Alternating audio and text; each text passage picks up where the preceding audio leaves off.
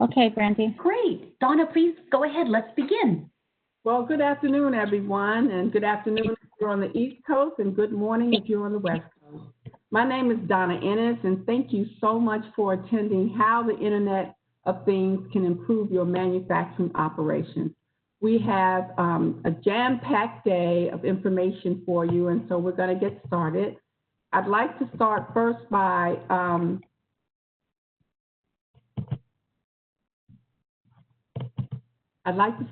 thanking our federal supporter, the Minority Business Development Agency, who's been very helpful with us as we move forward to bring you information about the Internet of Things. I'd also like to thank our corporate sponsors, EPCO and Train Technologies. They have been both financial and other kinds of supporters since we launched the centers, and we really thank you for your support. I am Donna Ennis, and I am the project director of the Atlanta MBDA, or Minority Business Development Agency, Business and Advanced Manufacturing Centers located at Georgia Tech. The MBDA is part of a national network. Our centers are part of a national network of centers across the country, all designed to grow and strengthen minority-owned businesses. We are funded by the Department of Commerce Minority Business Development Agency. The MBDA is the only federal agency that is dedicated to growing and strengthening MBEs, or minority businesses, and it has been in existence for over 50 years. Here is our mission. Our mission is to help MBEs experience significant growth and create and retain jobs, thereby becoming sustainable and having an economic impact on their communities and the nation. In a nutshell, we're here to help grow you and strengthen you and help you be sustainable. As I mentioned before, we are part of Georgia Tech's Enterprise Innovation Institute, which is one of the oldest university-based economic development organizations in the country. EDI, or EI2, has 12 major programs designed to grow and strengthen businesses, industry, and community. It is, as I mentioned before, an economic development group that has been part of Georgia Tech since the late 50s. We have a number of major programs, and our MBDA Business Centers and Advanced Manufacturing Center are part of that program.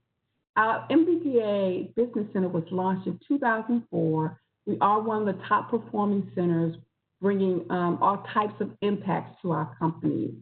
Our Advanced Manufacturing Center was launched in 2016 and is a national center focused on building an ecosystem for our MBE manufacturers and the companies that are part of the manufacturing community. We do host a National Manufacturing Summit each year, which I'll talk about a little bit later.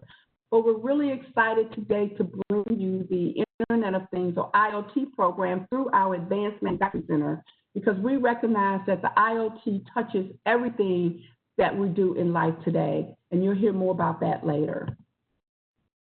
Our MBDA centers have major impacts. We help our companies in 4 major areas: securing markets and new opportunities, acquiring capital, building infrastructure, and access to resources and expertise. Today's session on IoT, we would put in our building infrastructure, building capacity bucket. That is, we want to bring you information that is critical for you as a manufacturing or other company, but it's critical to you to help build your operation. In a snapshot, in the last 15 or so years, we've helped our companies secure over $3.5 billion in contracts and financing. We've served over 20,000 MBEs in subcapacity, and we've helped create or retain over 6,500 jobs. We like to say that we're no fluff, we're results oriented, and our goal here is to build stronger, better companies. Here's our team. Aisha from Special Events is on the line today with us. Is Brandy Nagel, who's also the program manager for our Advanced Manufacturing Center and for our CARES Act program, which we'll talk a little bit about later. Anita Davis and Jennifer Pasley are with our finance group. Anita Davis is with Practice Strategic Solutions, and Jennifer Pasley is with Sky Capital Ventures. They're here to help us help our company secure capital. Asha Morton with marketing, and Lauren Roberts with programming, as well as Jamarcus King, who's helping us through JNF Alliance with our Next Tech program. So we have a nice, strong team. I like to say we're lean, but we're really mean. And so today I want to introduce you to Mo Abu Ali with IoT Co. Mo is the managing partner of the company, and he will be our presenter for today. So take it away. Donna, thank you very much for the introduction. Want to make sure you can hear me fine. Going to go ahead and share my screen. Again, I appreciate your time and the opportunity to be here presenting with the Atlanta MBDA. So thank you, Donna, for inviting me along. I'm really going to cover three things in this presentation. But before I do so, I would like to very briefly introduce our organization. IoT Co. is the Internet of Things company. I am a managing partner at IoT Co. My background has been over 20 plus years of manufacturing and technology experience, primarily focusing on IoT, AI, and predictive analytics, which we'll talk about today in detail. In the beginning of my career, I actually worked at Toyota for many years. About 15 years ago, I was at Toyota in Georgetown, Kentucky, and I had the privilege to be trained by the maintenance organization of Toyota at TMMK. And a lot of my knowledge and a lot of the knowledge of IoT Co. and the technologies we provide actually comes from the Toyota production system. At IoT Co., our DNA is manufacturing. Our DNA is the automotive industry. And we focus on two domains of experience, which I will highlight today during the presentation. One is the smart factory. Within the manufacturing floor, how can you improve productivity by adopting digital transformation? And smart products, which we'll talk about less today, but there is also a lot of opportunity using analytics and using digital transformation to drive new generations, future generations of intelligent products out in the field. Lastly, as an organization, we operate globally, but we focus on North America. I'm based out of Cincinnati, Ohio, and we work heavily in the Midwest. We are structured into three practices, and our practices offer a manufacturing company a digital transformation strategy and training, which is part of our IoT Academy. It also provides different software products depending on the digital maturity of the client, including getting connected and deploying manufacturing execution products, as well as artificial intelligence and predictive products. So what I'm going to show you here today, which is threefold. Number one, setting the stage. Number two, the different technologies out there that can support a manufacturing organization to embark on your digital transformation journey. And third being Industry 4.0 training opportunity, which is part of our IoT Academy in partnership with Atlanta MBDA. What I will show you is an abbreviated presentation from a bigger presentation, multi-hour, three-session Academy training session that we do with customers today. I'm going to show you a abbreviated version of that, and at the end, I will introduce the audience to what is the complete Industry 4.0 course that we are providing, and providing actually to Atlanta MBDA members in a very strategic way. So let me start with the first topic. Before we go deeper into the technology, we usually start by setting the stage, right? So there's a lot of acronyms being used nowadays, IoT, IIoT, Industry 4.0, sometimes called Manufacturing 4.0. So I want to make some definitions around the terminology, what it means to you as a manufacturer, and then go into the technology conversation. So let's start. Internet of Things, or IoT, is by no means a new field. It's actually been around for decades. IoT, under different names, has been used in safety critical industries like aviation, monitoring jet engines in the sky, power plant operations, monitoring and data collection from nuclear power plants, coal-fired power plants, right? So when we look in the past years on safety critical industries, IoT has been implemented and is still being implemented in those industries that really require safety critical, health, safety, environmental type of issues, right? When we look now at the industrial Internet of Things, it is the application of those IoT technologies in the factory floor. And when we look at a factory floor, any factory today typically has 4 layers, okay? This is called the automation pyramid. Sometimes we refer to it as your digital stack. And on the lower end of the digital pyramid is your machine layer. You're making parts, you have CNCs, you have PLC controls, you have sensors on the factory floor, you have new machines, you have old machines, right? So what type of assets are you running on the factory floor? And second, what type of data acquisition? SCADA is data acquisition from the factory floor. Are you collecting data today from the factory floor? And if so, how are you doing it, right? And if you're not collecting data today, how can you create that data lake on the factory floor to capture real-time information? Then the third layer being your manufacturing execution systems, which might be available and deployed in factory floors, and in some cases it is not. In some cases, there are enterprise resource planning, ERP systems being used, and there is paper on the factory floor. There are jobs, orders, and operations. There are travelers that move on paper from machine to machine. Operators are writing things manually. How many pieces have I produced? Why was the machine down? Et cetera, et cetera. I think my words mean something to many of the people on the call today. How we view Industry 4.0 today, the fourth industrial revolution is a movement, is an initiative. It was originally a German-born initiative in Europe, which became an EU, European-wide initiative, which became a global initiative. In the United States, for example, the National Association of Manufacturers, NAM, coins Industry 4.0 in manufacturing as Manufacturing 4.0, okay? Industry 4.0 or Manufacturing 4.0 is nothing but integrating real-time data on the factory floor and making sure there are no silos today on the factory floor. It is filling the gaps. And it is doing so by keeping in mind 4 key pillars of digital transformation into Industry 4.0. And I like to talk about these pillars starting from the right and actually counting backwards.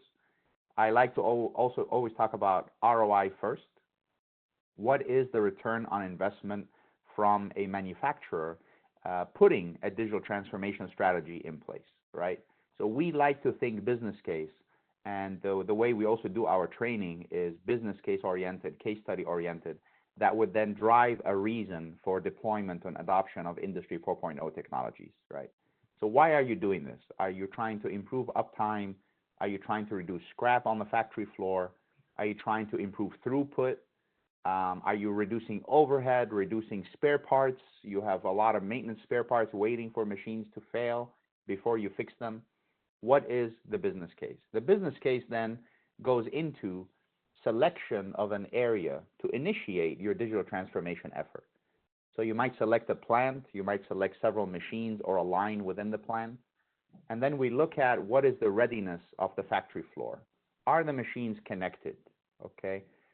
Some machines are new, some machines are old. How can I obtain standardized type of data from my machines to support me doing my analytics, right? Which is here number 2. So we talk about 2 types of analytics. We talk about performance analytics, measuring metrics on the factory floor. I'll talk about OEE as an example, your overall equipment effectiveness. That's a performance analytics metric. This is telling you how you are doing today and how you've been doing in the past shift or day or week or month or year. Then we talk about predictive analytics. What is a future view of issues that are going to happen on the factory floor? We talk about using predictive maintenance and predictive quality, right, to help you realize predictive analytics. So that's a future view of a machine failing before it fails, or a part that is going to be a scrap before it actually becomes a scrap, right? So performance analytics, predictive analytics, keeping in mind you need to get connected. Last but not least, technology, right? So now I've proven it on a small scale, but I have 50 machines in my factory. I have 1,000 machines in my factory. I have another factory. I have 5, 10 more factories in 3 different continents. How can I scale my technology? What is the architecture to scale the technology to give me an enterprise-wide or a plant-wide view of my performance as a company? So it's a busy slide, but the idea here is IoT, industrial IoT, Industry 4.0 as an initiative, and the digital transformation strategy with its 4 pillars that are required to help you transition into an Industry 4.0 type of organization. So what is the history? The history actually is multiple iterations of industrial revolutions. It all started with Industry 1.0, with mechanical looms. It became an assembly line with Industry 2.0, labor-intensive mass production. Became Industry 3.0 with the PCs and the PLCs on the factory floor, your real-time controls and IT systems. And now with the digital connected world and the use of the internet and the use of the cloud, there was born a initiative or an idea or a concept by the Fraunhofer Institute in Germany, actually, which is called CPS, a cyber physical system. Your factory and the machines in the factory are physical assets. Your IT is the cyber world. Your cyber physical system, your CPS, is that marriage, is that quote-unquote digital twin of your operation in the virtual world, which allows you to understand performance in real time, simulate issues, and understand root cause of issues, right? So the 4th Industrial Revolution is about the digital connected world. It is about cyber physical systems. But in all honesty, I will give you my personal definition. It is a very simple definition, okay? It is really the use of intelligent equipment and automation, and it is the ability to analyze, monitor, self-diagnose, and communicate with machines and with people, okay? The human-machine interface becomes critical here. It is not about reducing labor on the factory floor. It is about improving the workforce skill sets and augmenting the workforce with new technologies that can help them do their job better. This is what the 4th Industrial Revolution is truly about. So implementation is accelerating, and even in the current situation of the pandemic, there is even more need to accelerate and to invest, especially with the new norm of social distancing and major overhaul of the health and safety systems outside in the world and within manufacturing companies, right? That requires getting connected, having remote tools that can help you digitize your operation. Today is really the day to make that happen.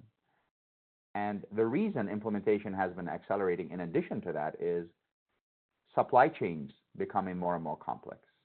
The ability to have high mix and low mix and high volume and low volume operations that are constantly changing based on customer needs. The availability of new machines, right, that come with Ethernet ports that allow you to connect those machines and quickly get data from those machines. Machines are becoming smarter. They're becoming more and more Ethernet connected. Computation speeds of computers are getting faster. Sensors and hardware are getting cheaper, okay? Therefore, it becomes very affordable and a very ROI-based proposition to get connected and collect real-time data from the factory floor. Pricing, quality, and delivery, this has become under extreme pressure, extreme sensitivity for manufacturers today, especially in the current situation. So,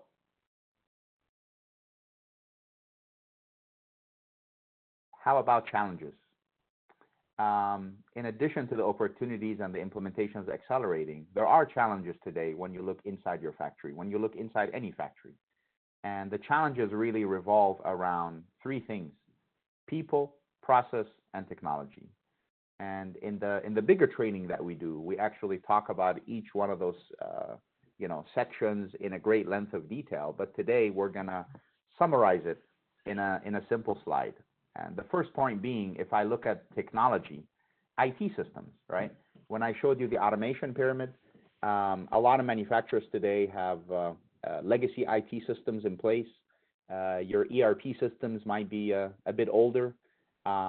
You might not be maintaining the master data properly in your IT systems. A lot of companies do not have a manufacturing execution system in place, and some that do may have an older MES in place. So the overall digital maturity of organizations and manufacturers, in some cases, may be lower than expected, okay? Second is also on the plant floor layer, machines are older, okay? Sometimes we call them dumb equipment, but they are dumb, but they are capable, okay? They are dumb but capable equipment making good parts. But there is a hindrance. It's difficult to get data from old equipment, right? So how can I get data from a machine that's been making parts since the 1960s and the 1950s, literally?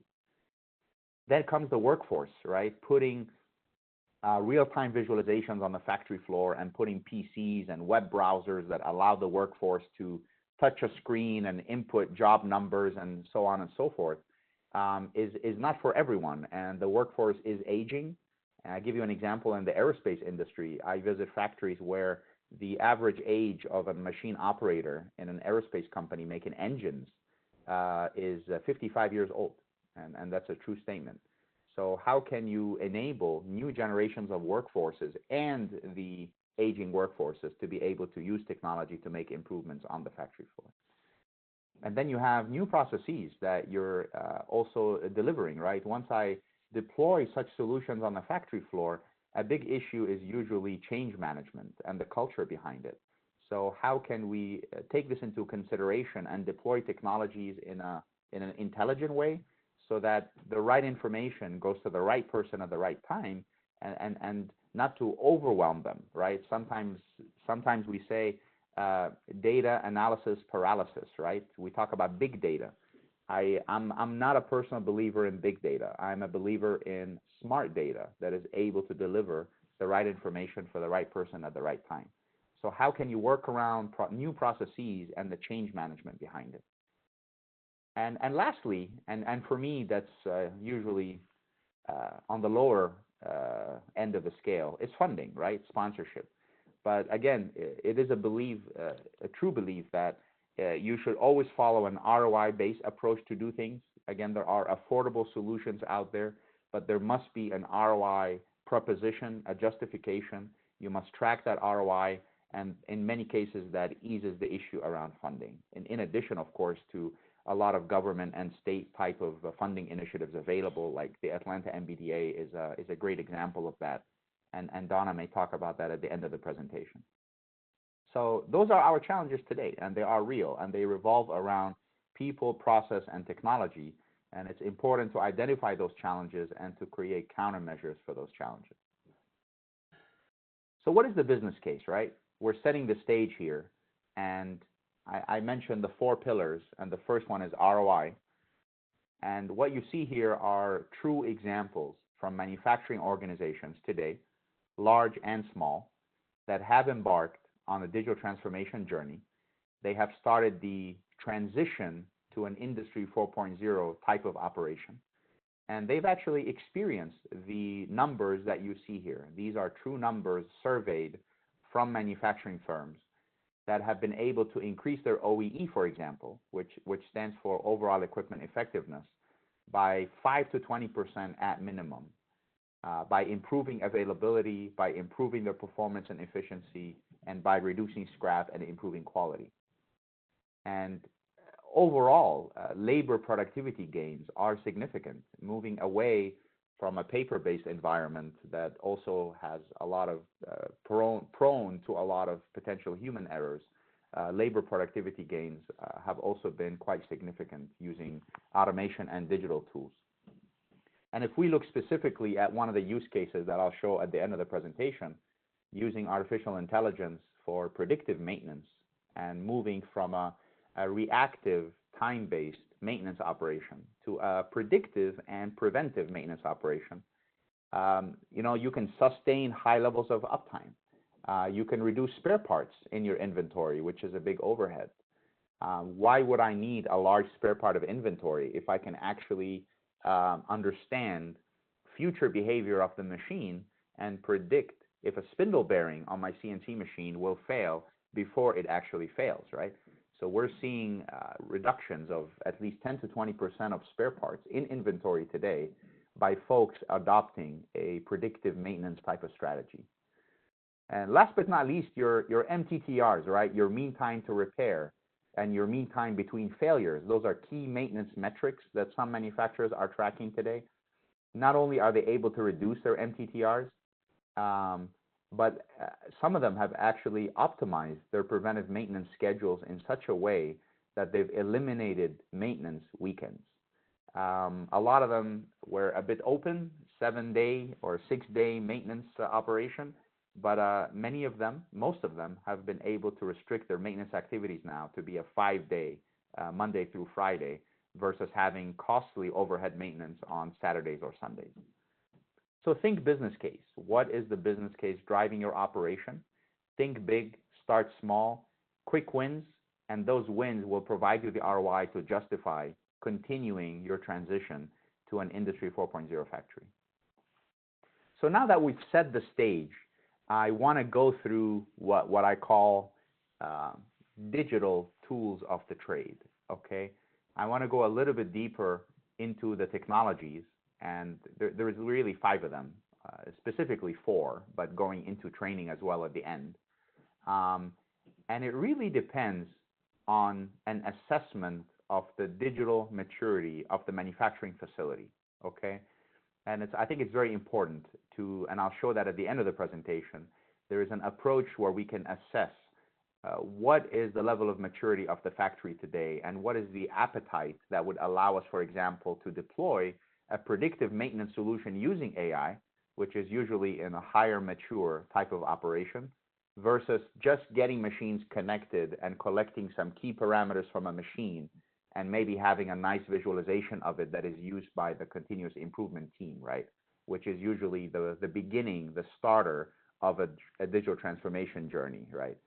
So think about that. Where are you today in your digital maturity scale? And it could be different from plant to plant. It could be different even within a plant. There might be a department like your casting department that is quite mature, and there might be another department like your machining department, which may still need to get connected and has other issues that you're looking into. So I'm going to go through those. I'm going to show a snippet of 1, the foundation. How can you connect your factory floor? Number 2, what can you do now with the data? How can you look at real-time metrics like overall equipment effectiveness? Number 3, now that you have the data lake and you have metrics driving your business in real time, how can you consider a manufacturing execution system, which goes into traceability of your parts, it goes into quality metrics, it can go into statistical process control issues that you might have on a factory floor, okay? And then we'll conclude with predictive analytics. We'll show a case study on predictive maintenance for robotics, I believe, and introduce the training curriculum, which goes in a great length of depth in those areas. Let's start. Connectivity and real-time manufacturing data, and I should have the word actually real-time over here. I'm going to change that. Real-time manufacturing data is the foundation to achieve ROI from any continuous improvement program, okay? And there are always questions that we ask when we look at the readiness of a manufacturing floor, right? It's important to understand, are those machines capable of communicating? If a machine has an Ethernet port, surely there's a way. If a machine is a bit older with a serial port or even nothing, relay logic on the factory floor, you cannot communicate with that machine, right? You need to retrofit that machine or find a hardware unit of some sort that will be instrumented to that machine. What is the cost, right, of putting that hardware unit on the machine? How long would it take? Depends. It goes with the next question: how much data is available from that machine, right? And what type of data should I capture? Of course, the older the machine, the less the data you can get from it, and the more you may have to sensorize that machine. And the newer the machine, the more data that can be captured. And then the question is, what are you trying to do? Are you just measuring OEE, or are you doing process data collection because you want to trace your parts? Are you doing predictive maintenance where you need to add a vibration sensor on the machine, for example? So that brings us to a very systematic process, okay? And it is a two-step process. The first process is an audit. It is important to go in with an automation engineer, a senior automation controls person, that's part of our team or your team, and we would look at the machines in detail. We would select what are the critical machines on the factory floor. We would open cabinets, take pictures, look at the machine control types. We would understand how to get data from that machine. Does it have a network port? Does it have a serial port? This is a comprehensive audit, which usually takes about 2 days to 3 days on site to really understand the readiness of the connectivity layer. And then that goes into 4 things, or actually a connectivity process that includes 4 steps. And those steps are initially audited and then executed, implemented on the factory floor. And the first piece is the machine network ready? And if not, what type of hardware can I instrument to that machine? Second, we would collaborate with your IT organization, and you can, of course, do this yourself with the training, and make sure there are network drops on the factory floor, make sure there's an infrastructure in place, you know, assign IP addresses to those machines, right? So there are fundamental networking things that can be done. Then there's a data map. So what is my use case? What am I trying to do? If I'm measuring the uptime of the machine, for example, your data map can be very simple. It could be 6, 7 signals from the machine. For example, is the machine on? Is my cycle start in place? Is there an e-stop engaged or not? What is the piece counter from the machine? How many parts have I made? What is the reject signal from the machine? Some machines are advanced enough to tell me if they've made a bad part, for example. What are the alarms being generated by the machine, right? So 5 or 6 simple signals that could actually indicate the true uptime of a machine, okay? And that would be a key metric, which is part of your OEE metric. That's your availability. That's your machine uptime. That is the color green. If you look at a real-time visualization of your factory and you see a machine that is green, that means this machine is in production in real time and it is making parts. So that's an example of a data map. And then how do we make those 6 signals available, right? How do we provide that data to a data lake, which is a standardized database, basically, that could feed other systems that you may deploy down the road? It would be feeding your OEE system, your execution system, your predictive system, right? We are not in the business, and you should not be in the business of creating data silos on your factory floor. It's important to do some data engineering and understand how to create a harmonized way to be able to send data to multiple systems. So that's the foundation of any IoT or analytics project today. It is connectivity. And as I mentioned, it depends on the use case, right? Here are some examples. It's important to understand what is the data source and what is the data type. I mentioned a very simple example of 6 signals going into an OEE solution, but you can start collecting quality data from gauges and scales. You can start collecting process parameters that you might need for traceability, especially if you're doing automotive or aerospace traceability, and sometimes we call it the birth certificate of your part is critical.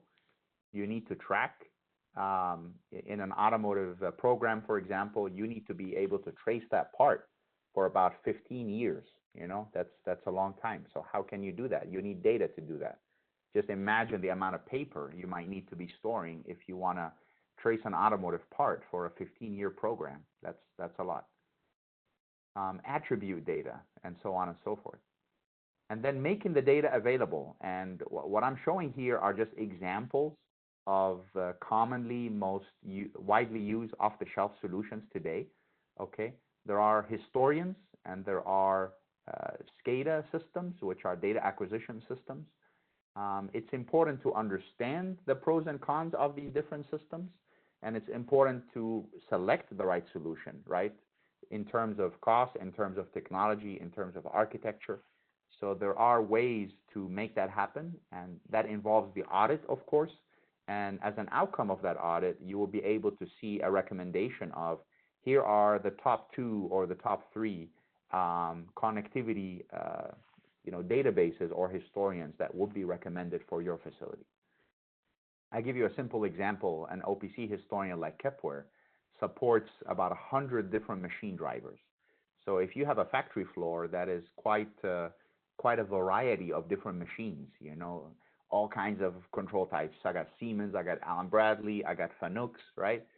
We would suggest a Kepware type of solution. But if you look at RS Links, this is an Allen Bradley Rockwell Automation product. So if you have a shop that is all Allen Bradley PLCs, then it makes sense to adopt a solution like RS Links. And lastly, where is the data going to flow to, right? Now that I'm connected, what type of protocols are out there to help me send that data out to other systems? OPC is a great example of a protocol to do that. That's an open type of language that can send that data out to any solution, be it a maintenance system, a predictive system, ERP, execution, whatever. But there are also other types of drivers, right? And different machines on the factory floor speak different languages. So how can you take those different languages, different drivers, and create a standardized way to communicate with the rest of your factory? So these are all questions to ponder when we look at a factory floor, when we look at the machines, and when we do an audit, and then when we create a strategy of, this is how you can get connected. So now that we're connected, what do we do with the data? Well, we can measure performance, and we can predict future issues, right? So we talk about an example of a metric, which is overall equipment effectiveness. That is a performance metric to help you understand on a hierarchy level how your machine is doing, department is doing, the plant is doing, and maybe plant-to-plant performance, your enterprise benchmark. There are other metrics out there, like MTBF, your mean time between failure, MTTR, your mean time to repair. Department by department, there are also metrics that would be an output from that data lake. And then we start looking at predictive metrics. We start digging a bit deeper on, yes, I do have a high OEE. My line is running at 95%, but what is the true health of my machine? Because if my machine is unhealthy and I'm predicted to fail in the next 2 weeks, it's great to have 95% OEE, but my OEE will surely go down and be negatively impacted from an unplanned machine downtime, right? So it is important to have a unified understanding of your OEE type of performance metrics and your predictive metrics that allow you to run your operation at maximum OEE and sustain a high level of OEE as you're running your day-to-day operation. So it is not just about improving your metrics, it is about sustaining a high level of performance on the factory floor. But if you look at people today, manufacturers today, different productivity, a lot of them, how many pieces they need, are they good or bad, what's my yield, what's my food, that directly helps. But it is the tip of the iceberg. With real-time data, you can go deeper. You can truly unleash the potential in your hidden factory. And your hidden factory is not just about productivity, it's about what's your true utilization of that machine, right? How long has this machine been actually running, producing parts without failure? What is your performance? You're supposed to make a part in 10 minutes. You've made that part in 8 minutes. Maybe you've made it in 12 minutes. That's your actual cycle time. By comparing your planned cycle time and your actual cycle time, there is a deviation, right? So how can you connect the factory floor, your shop floor, to the top floor so you can optimize that level of performance? You can optimize the master data for making your parts in your ERP system, and which means you can optimize your scheduling. Now you know how long it truly takes to make a part, and that can be used to optimize your production schedule so you can have better on-time delivery. And lastly, what's the quality level, right? Many machines today actually are measuring quality in real time.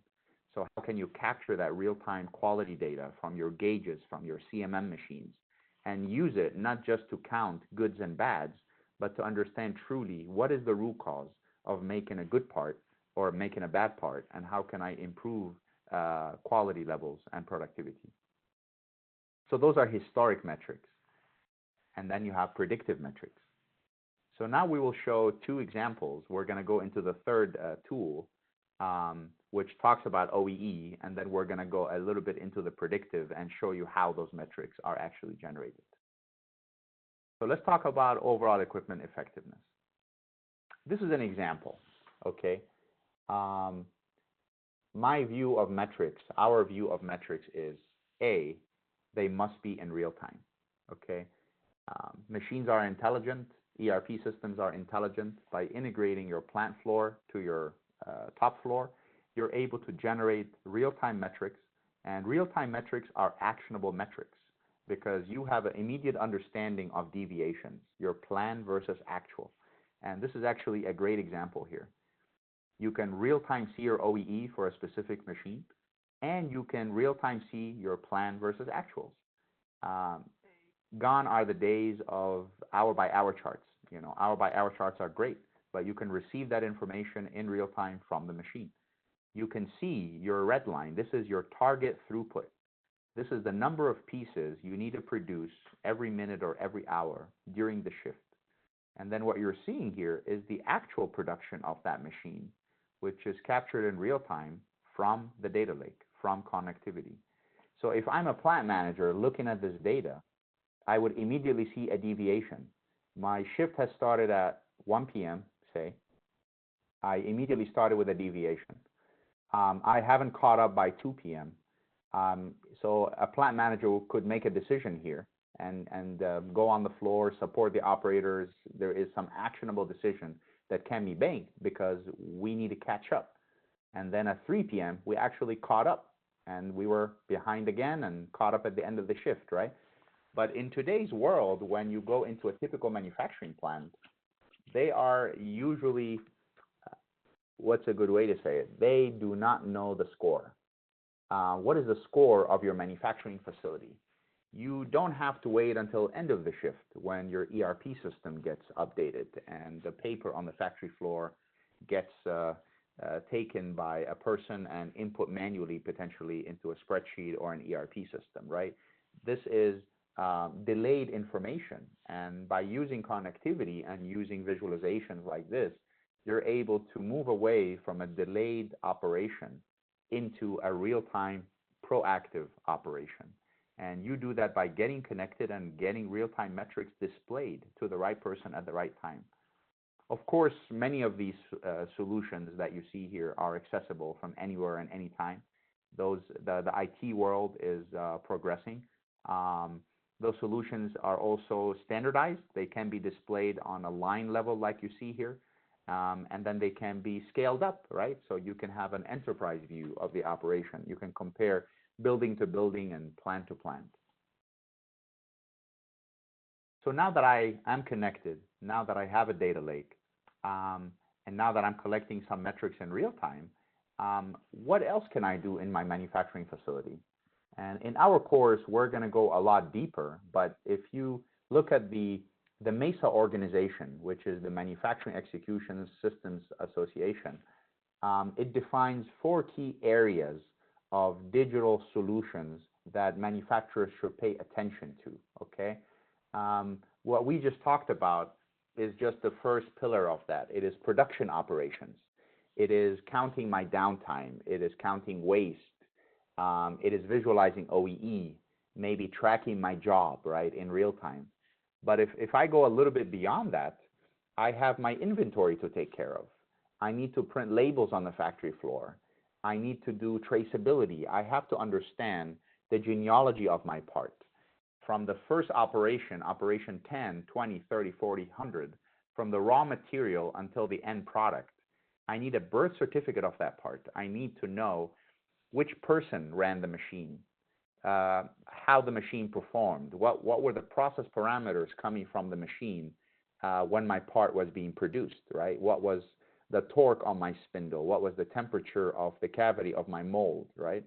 These are things that need to be maintained in a trace record, because from a warranty claims issue, if there is an issue with the part or the batch, the OEM would talk to the supplier, and they'll be able to do backward scheduling and forward scheduling, or sorry, backward traceability and forward traceability.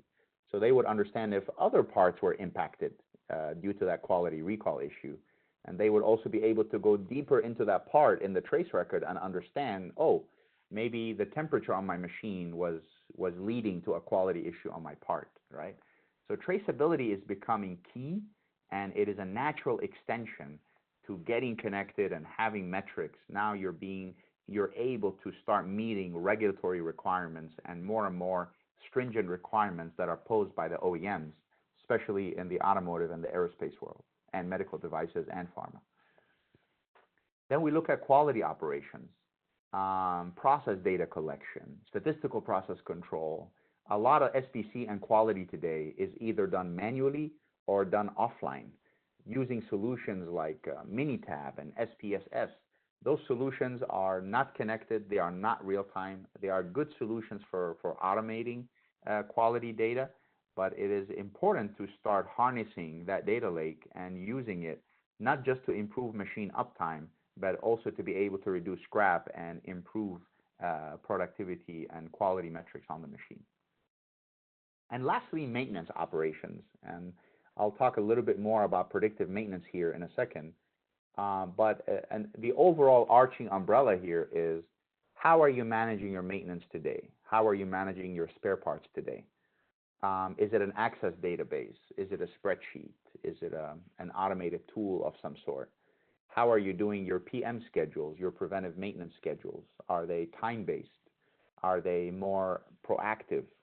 Are you embarking on some vibration-based analysis of some of your critical machines, for example, that may be conducted by a third party that visits your factory once a month or something and takes those parameters, right?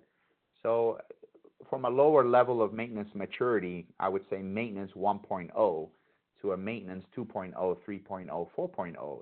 It's a digital curve. It's a maturity curve that manufacturers have to go through. But it's important to understand your baseline. And then other issues that may be relevant around managing tools or measuring process parameters for energy-based projects. So you can have a greener carbon footprint and be able to reduce power consumptions on your machines and on your parts. So where can we go next is always a question. And it's important to understand that these digital transformation projects must be conducted in a phased approach. The solutions out there that you can select should be modular solutions. Those solutions should also allow you to have a quick start, an accelerated start, an affordable start using those solutions, using templates. They are pre-built templates. There's many solutions that still give you a toolbox, and you would have to spend a lot of time building your own features and techniques in those solutions, whereas other solutions, many other solutions in the market are offering templates that truly accelerate the implementation and the adoption of these tools. So during the actual course that we're going to do, we're going to pick a few of these key MES features, and we will go much deeper into that conversation, primarily around traceability and quality and SPC, and a little bit on maintenance. That will be covered in the course. Now goes to predictive analytics as a concluding digital tool of the trade. And with predictive analytics, the vision here is, how can I continue to use the data that I've been building in my data lake and have a worry-free manufacturing process vision in mind, right? When we look at how these solutions are architected, it is typically 3 steps. The first step is, I have data. The next step is, what is the approach, the industrial artificial intelligence approach, the data science approach that can be applied on that data to offer more value beyond just visualizing your metrics and your OEE. And then what are the use cases involved? And I'll talk today about 2 use cases. And this is how it is architected today, right? This is your data. You have data from the asset, from process parameters, your workers, sometimes quality data that is coming into the system. And then you do something with the data. And I'll explain that, how we do that here. And then the use cases, right? So when we talk about a zero downtime, zero defect operation, we're talking about the use of artificial intelligence and machine learning techniques to be able to support you delivering predictive maintenance on that asset and the critical components within that asset. We define 3 key metrics. One is the health of the asset. Second is a prediction of the RUL, the remaining useful life, with, of course, with an accuracy of sorts of when this machine or component might fail before it fails. And then the diagnostics. What is the root cause of the failure of that spindle or the robot or your pump on the factory floor? Then we talk about predictive quality. We're seeing more and more clients in, I would say, scrap-rich operations, like high-pressure die casting is a great example, sometimes injection molding, that are experiencing 9% to 15% scrap rates. And by the way, those are industry norms. An industry standard today in high-pressure die casting for scrap rates is somewhere between 9 to 15%, and that is considered standard, okay? So by using data from the machine, and in the casting process, it could be a lot of data. It could be 40 to 50 parameters that are being collected. By bringing that into your data lake and comparing it with the quality parameters of the part, good parts versus bad parts. And sometimes there are vision cameras on the casting cells. We're getting image data, and sometimes it's just data coming from gauges or a CMM machine.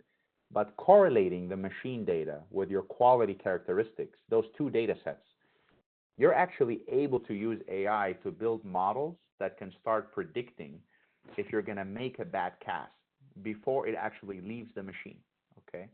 We have clients where we're doing auto part segregation. You can actually give a command to the casting machine to automatically reject the part before the part is even produced. The issue here is if that part is produced and it leaves the casting machine and it slips out as a good part, which happens often, it would go to machining, it would get worked on, and then it might get painted, and then it might go to the customer. And those are very hefty traceability and warranty claim issues in manufacturing today. So by using AI, by using predictive analytics, and by using predictive quality, you're actually able to catch those parts right at the source and make a change to the process and improve scrap significantly. And this is the process behind it. And this process very well applies in both the predictive maintenance side and the predictive quality side. With predictive maintenance, I'm looking at the machine itself and the components within the machine. And with predictive quality, I'm looking at the part that is being produced on the machine. But the great thing is, it's the same data set from the same data lake, but 2 different purposes, right? The first step is always data collection, which goes back to the connectivity discussion that we've had. But this is not just getting 6 signals from the machine anymore. It is potentially getting 40 to 50 additional parameters for casting, and in some cases, adding an additional sensor on the machine, like a vibration sensor on a spindle bearing, which allows you to do vibration-based analytics on the machine. And then doing something with that data, so processing the signals, denoising, removing outliers, in general, cleansing the data, allowing that data to be fed into a machine learning model that is able to extract features from that data. Features are statistical metrics. The raw data, just imagine XYZ, accelerometer, vibration, high frequency data being converted to features, statistics. Those statistics are then used to train a health assessment model. This is a machine learning model that is able to learn from that data and create a baseline. Sometimes we call it a signature or a fingerprint. This is, the blue here is a fingerprint of a healthy part. That's your baseline, or a healthy spindle on a CNC machine. And then as time goes, that machine degrades, that spindle degrades. We call that degradation. And the drift away from the baseline, that's your degradation. If my fingerprint is always the same, your machine is healthy. It is 100% healthy. If my fingerprint starts to deviate away from the normal, my health has degraded. And in this case, the machine learning algorithms are able to create a prediction window. And this prediction window is called the remaining useful life of the machine, with an accuracy level, plus or minus. And as you're feeding more data into the models, the accuracy will start to improve over time. Usually 2 to 4 weeks of data is required to build a stable health assessment model, and then another 2 to 4 weeks to start offering predictions on the data, depending on the trends. And then last but not least, diagnosis.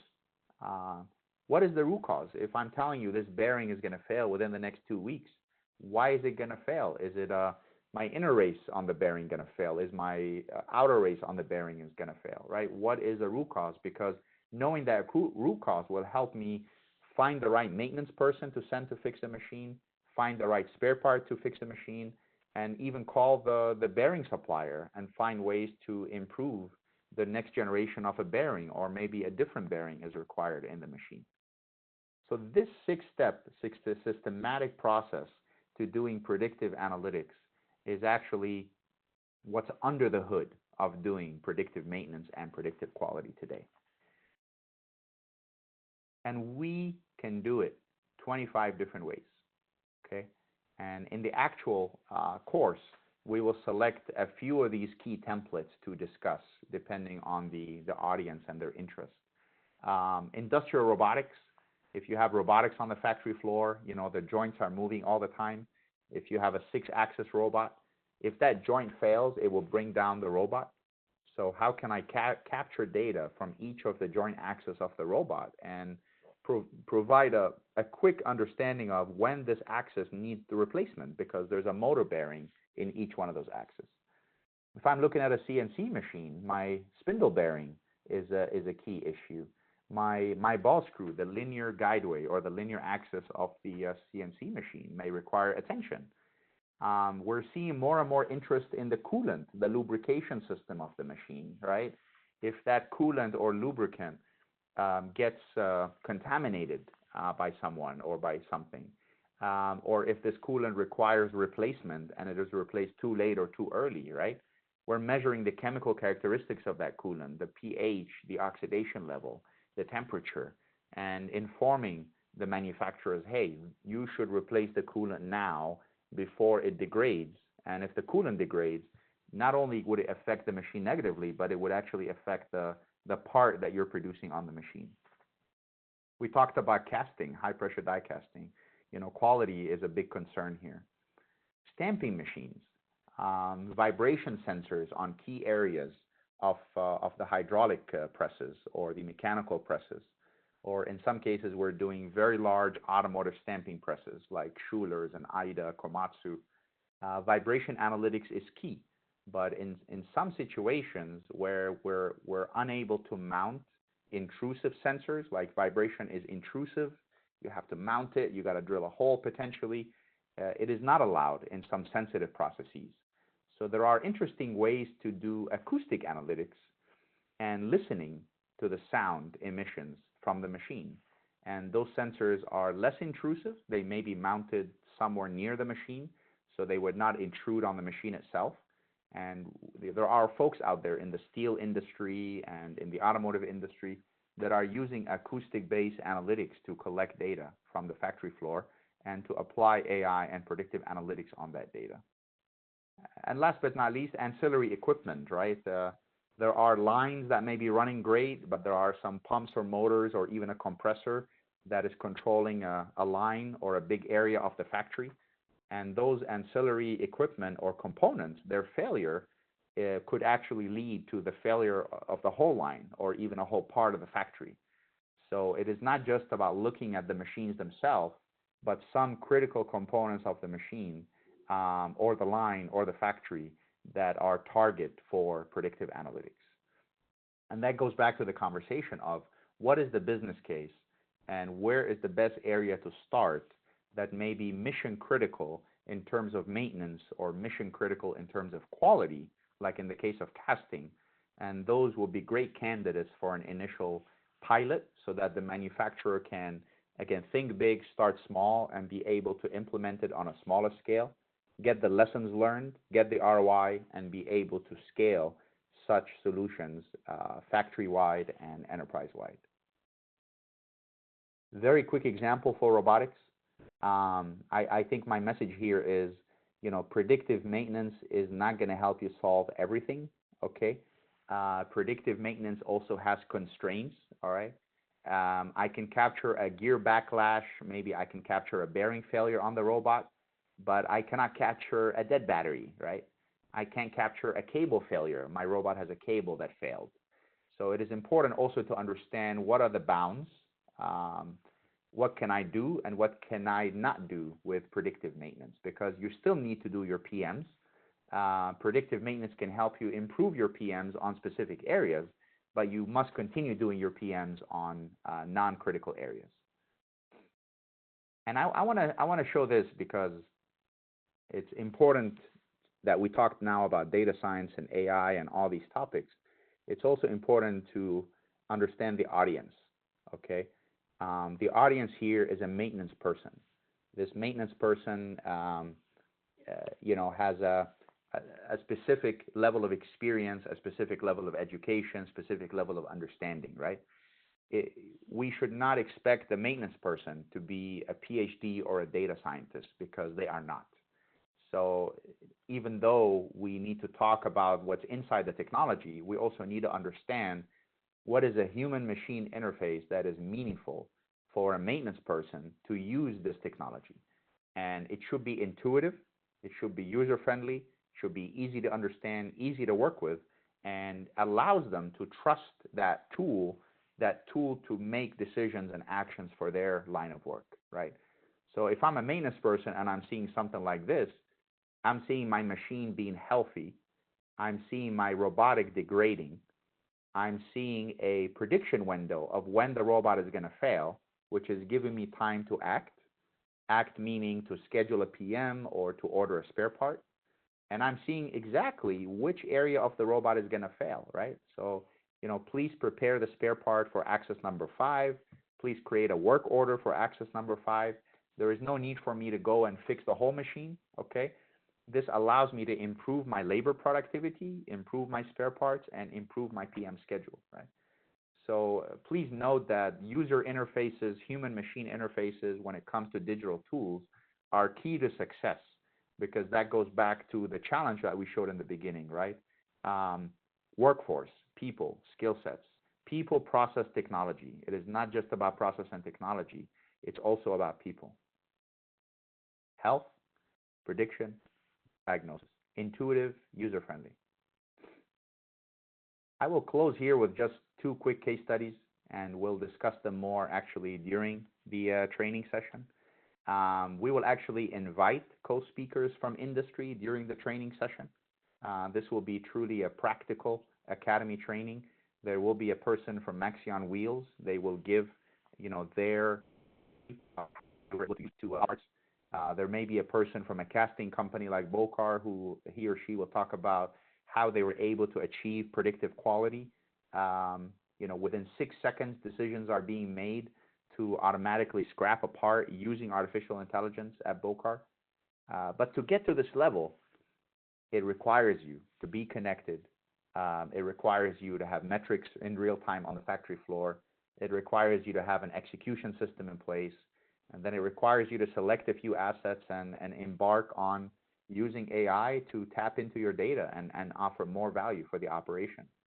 And it all starts with ROI. 1% scrap reduction in a high-pressure casting company of about a mid-size, maybe 30 machines, 30 cells, is more than $250,000 in savings per plant per year.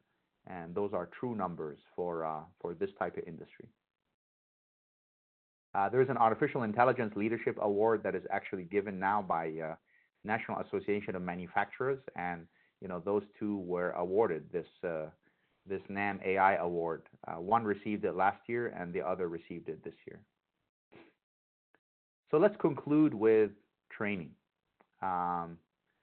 We discussed a lot of things today, but again, it all boils down to your business case, your level of connectivity, the type of analytics you have in place or want in place, and how that technology can be scaled, deployed quickly, and scaled quickly.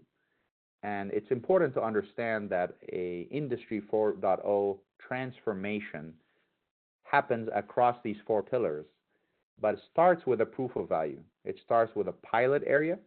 It starts with a think big, start small mentality before embarking on a wider rollout. And our approach is really understanding the fundamental business transition and making sure that the proof of value, which is a pilot, aligns the technology to the business plan objectives, okay? These are not POCs. They are not proof of concepts. They are proven solutions, proven digital tools that will have an ROI business plan attributed to it, appended to it, and making sure that ROI is tracked during these types of digital transformations. And whether you run a factory or whether you're making products, and maybe in a different session we can talk about smart products, and you're sensorizing those products, and you have a smart pump or a smart bearing or a smart gearbox, the analytics are actually the same. The connectivity is the same. The platforms are the same. The end business goal is different, right? Within a factory, I'm striving and driving towards a zero downtime, zero defect operation. That's my vision. And with sensorization and analytics for a smart product, I'm using those analytics to create new business models, new service revenue generation models for my customers, right? To improve their usability and improve their overall customer satisfaction. So not only will we talk about smart connected factories in the training session, but we will also include an element of smart connected products. We will also go much, much deeper into the three pivotal success elements of a digital transformation strategy: people, process, and technology, because it is very important to assess your maturity across those three overlapping elements, and to understand that wherever you start, your benefits will only accrue as far as the weakest link. So it is important to, yes, think big, start small, but also start small at the right place that allows the people, process, technology to work together hand in hand to deliver the end business case for the user. And therefore, what we talked about today is actually a partnership with Atlanta MBDA on a training course. This training course is going to have 3 sessions, and the third session will actually have invited speakers from industry that are sharing their stories very practically on how they embarked in their digital transformation journey, and what was good and what can be improved, lessons learned and challenges. The first session is going to take the setting the stage that I briefly talked about into a great length of detail. The second session will be use case driven around zero downtime, zero defect manufacturing. We will also present a very systematic approach to do Industry 4.0 and to win ROI with Industry 4.0. The third session, as mentioned, is really the digital journey and the digital story of several manufacturers, primarily from the automotive industry, but there may be an opportunity to bring others as well. And in conclusion, we're planning to open up this registration soon. The course would formally start in September. It will be 3 online sessions, each of a minimum 2 hours, and they will be 3 rows or 3 weeks in a row. If you are interested, there are very unique rates for MBDA members. Please shoot us an email before August 17th, info@iotco.com, and we will make sure you'll be first in line for the registration when it opens. So with this, I want to thank Donna and the MBDA team, and I will stop sharing. And Donna, back to you, or I think Brandy, we might take some questions first. Yeah, I got some good questions for you. The first one, and this came from Julie, so I think she has a two-part question here. I'd like to know how you manage the unknowledge of the SMEs. And then part two of this was, and then how do you manage the costs for introducing the SMEs into this digital transformation? Yeah, I think that's a good question. I think when it comes to the SMEs, training is key. And I think the 3-session training that I concluded with would be a key starter for the SMEs. I would strongly recommend coupling the training with an on-site assessment, a digital assessment, to really understand the level of maturity around people, process, technology within the SME, and then make recommendations whether it makes sense to deploy solutions now or potentially to do further training first prior to going into the technology side of things. So that would be my recommendation for SMEs. Start with training, couple it with a digital assessment, and then make the right recommendation of whether more training is required or whether technology can be deployed in an SME setting. And do the costs for this vary widely? Is it possible to give a range of what that might cost, that part of it? Yeah, the training actually is around $1,900, but we're giving a 50% discount to MBDA members. So that slashes that number down to about $900 or so. Excellent. Okay. And the assessments, we are thinking when it comes to SMEs that we may bundle a complimentary assessment actually within the training. We would visit and spend half a day to a day on site at no additional cost. It would be part of that training cost. Okay. So we're really putting a lot of skin in the game because we know the SMEs need this support, and we're willing to offer that support. Yeah, okay.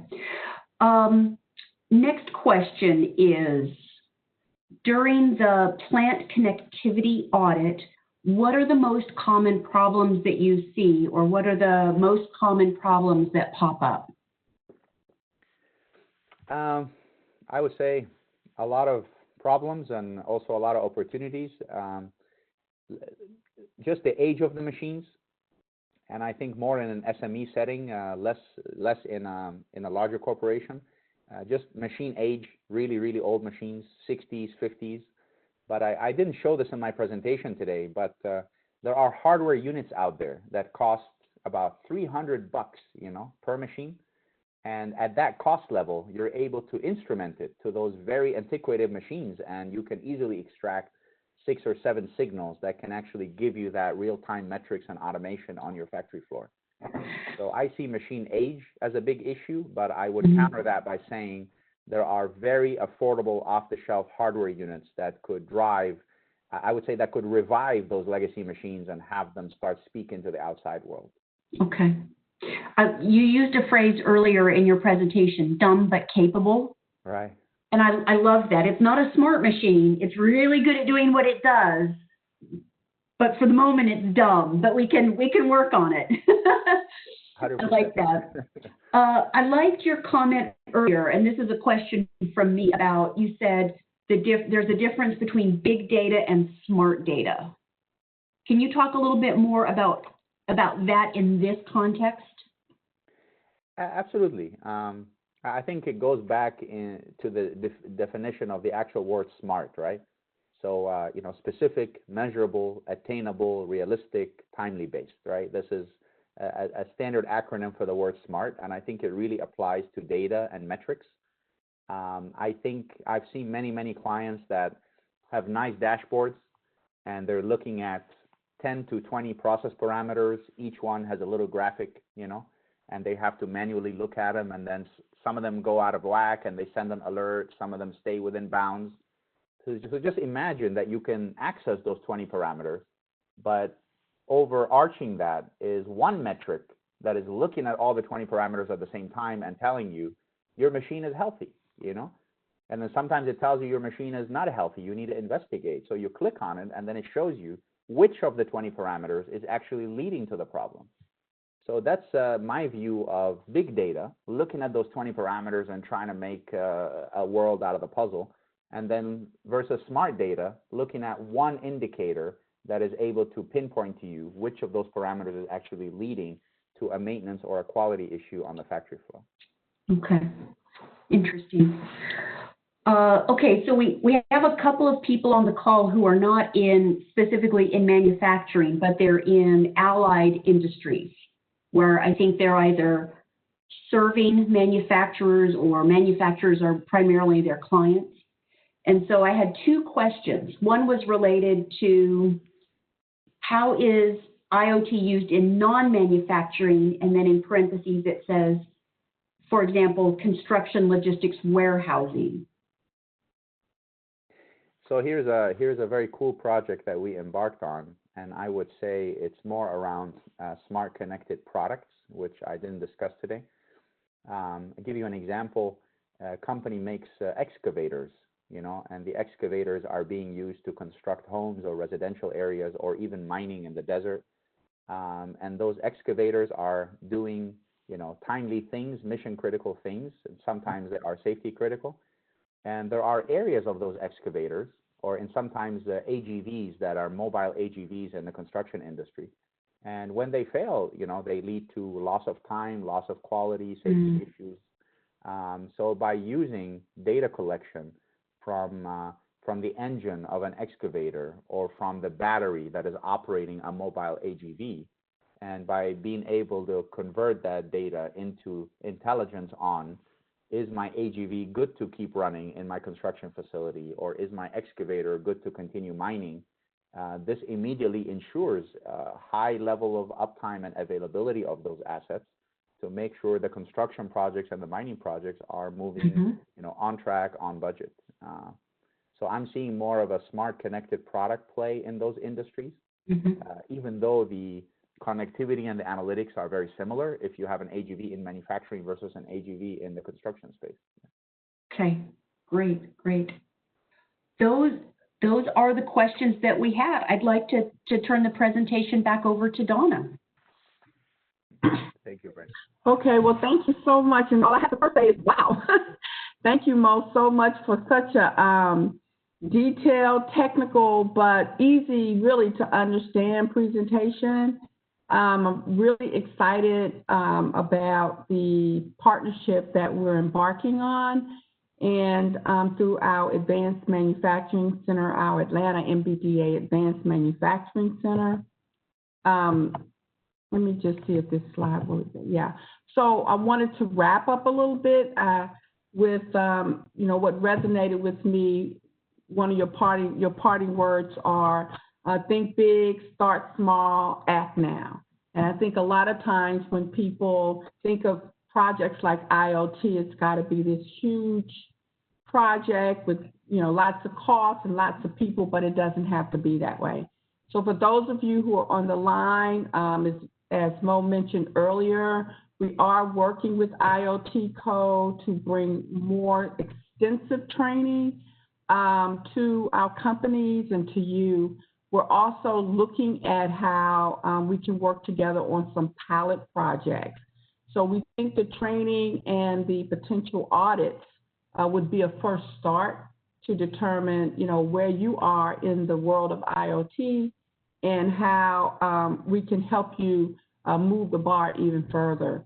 Mo, correct me if I'm wrong, but probably most of the companies, if not all of them, are using some form of IoT by now and don't know it.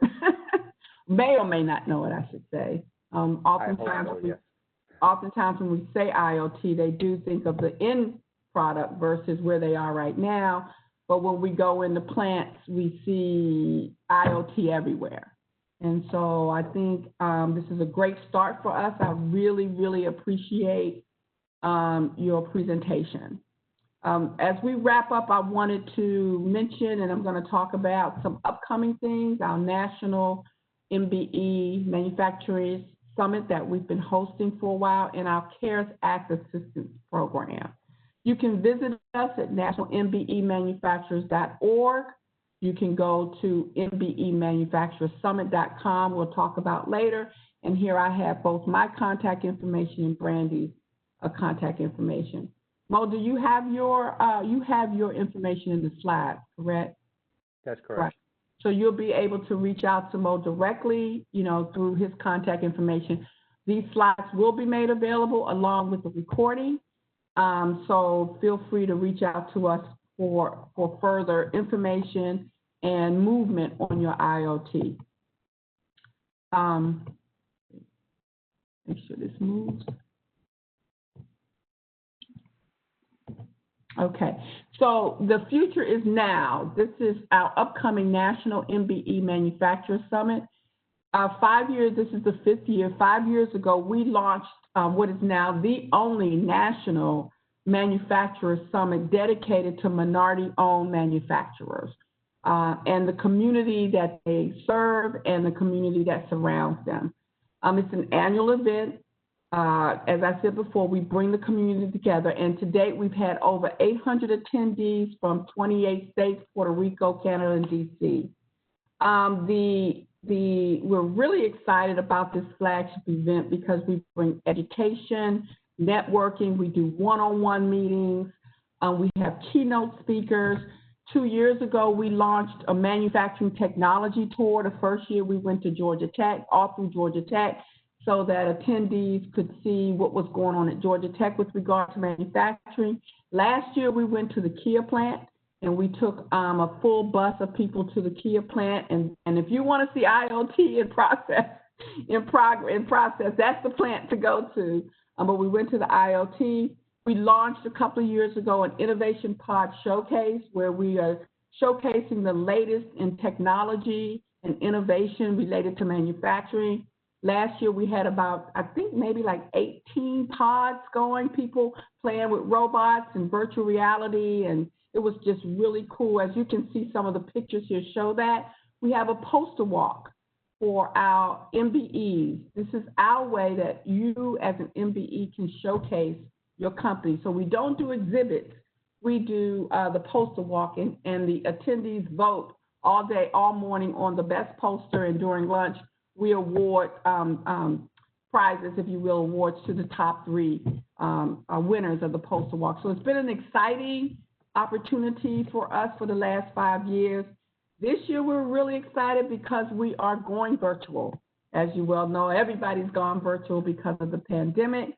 But we're really excited about the virtual. This will not be your Zoom, your normal Zoom meeting. This will be a 3D virtual experience. You will enter an exhibit, a conference hall, a conference center, if you will, virtually, and you will enter rooms. You will interact with people like, hopefully, Mo, who will maybe bringing some training during that time over a 2-day period. So stay tuned.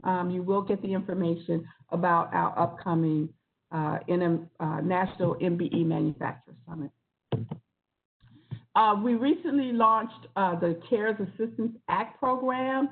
MBDA was awarded funding through the CARES Act, and thus awarded some funding to all of our MBDA business centers. And as a result, we're bringing training and technical assistance in health and safety and cyber security, funding identification. We're also working very closely on the compliance to the Paycheck Protection Program, because I know many of you out there have received the PPP, and now we want to make sure that your PPP loan is forgiven.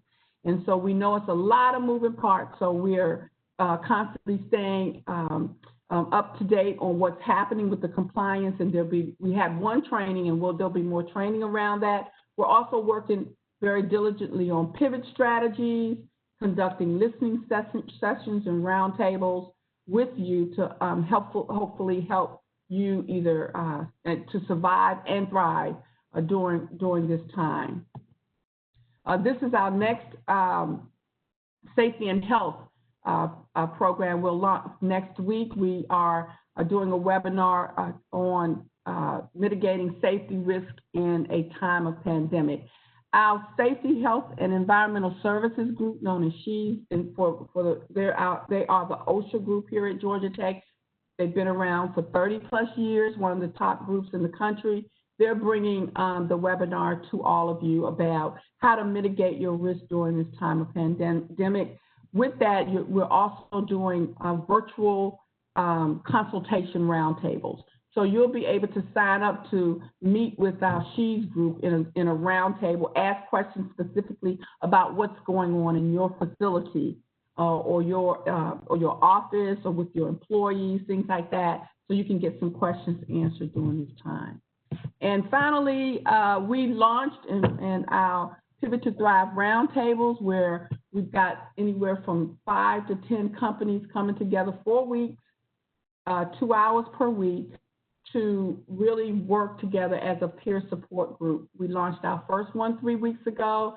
Tomorrow will be the fourth and final session for that group. We've had, I think, 6 or 7 companies, right, Brandy? And it's just been really a great opportunity for the businesses to get together with some facilitation with Brandy and myself, facilitating and guiding you through some discussions around how we can help, what types of things you're going through, what kinds of resources they have, and just basic support has been for the last 3 weeks. They've been giving each other ideas about how, they can help each other and how the individual company can survive and thrive during this time. So we're really excited. We have quite a bit going on at both the MBDA Business and Advanced Manufacturing Centers. We do operate 2 centers at Georgia Tech. Really excited about it. Thank you for joining us today. Thank you, Mo, so much. We'll follow up with everybody and with Mo on the line to make sure that we move forward with our training program with IoT Co. With that, thank you so much again for joining us, and we're officially adjourned. Thank you. Thanks, everyone.